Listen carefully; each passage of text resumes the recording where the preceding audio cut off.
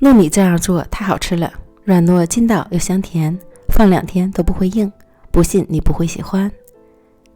锅里倒入1斤糯米，加水淘洗干净，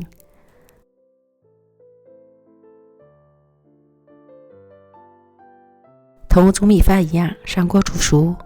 200克红枣洗净后去掉枣核，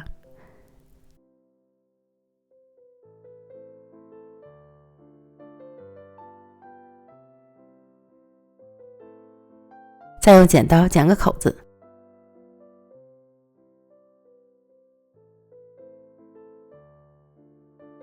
然后将蒸熟的糯米饭倒入到碗里，加入20克白糖，将糯米饭捣至粘稠状，不需要捣得太烂，有颗粒感，口感会更好。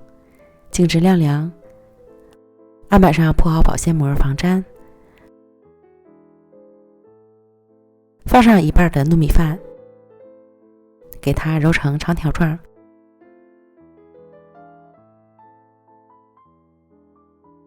按扁。这个形状要根据你的模具形状来整形。铺上1层红枣，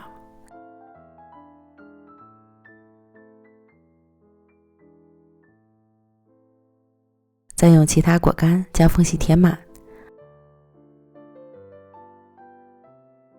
按压挤实，然后想办法给它倒扣在模具里。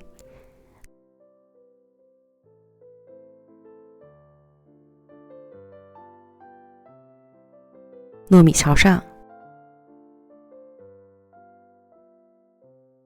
再铺上1层蜜红豆，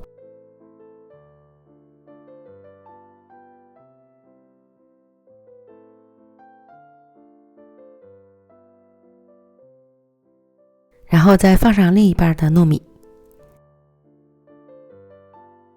再次按压挤实，最后表面再撒上1层红枣。我家的红枣用完了，所以这里就铺上葡萄干。上下夹层都可以按照自己的喜好来做。铺好后，同样再次按压挤实。凉水上锅，水烧开后蒸15分钟。出锅后静置晾凉，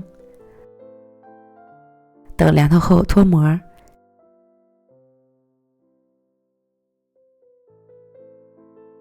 切成小块就可以开吃了。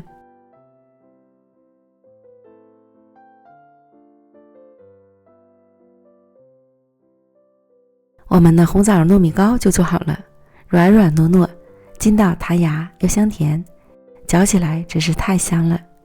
可以一次多做一些，放冰箱里冻起来，吃的时候再蒸一下，口味一点都不会变哦。比粽子都好吃的红枣糯米糕，我全家人都爱吃。